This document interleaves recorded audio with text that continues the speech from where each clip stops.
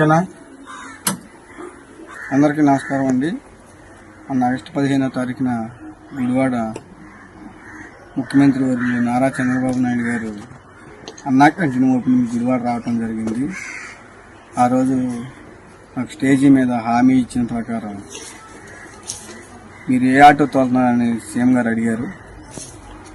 Diesel auto తోలుతున్నా అని చెప్పాను, నేను చెప్పడం జరిగింది. ఇంకా ఖర్చు తగ్గే మార్గం ఏమైనా ఉందా అని ఆయనే అన్నారు. ఎలక్ట్రికల్ ఆటో ఇస్తానని అక్కడ స్టేజీ మీద నాకు వాగ్దానం చేశారు.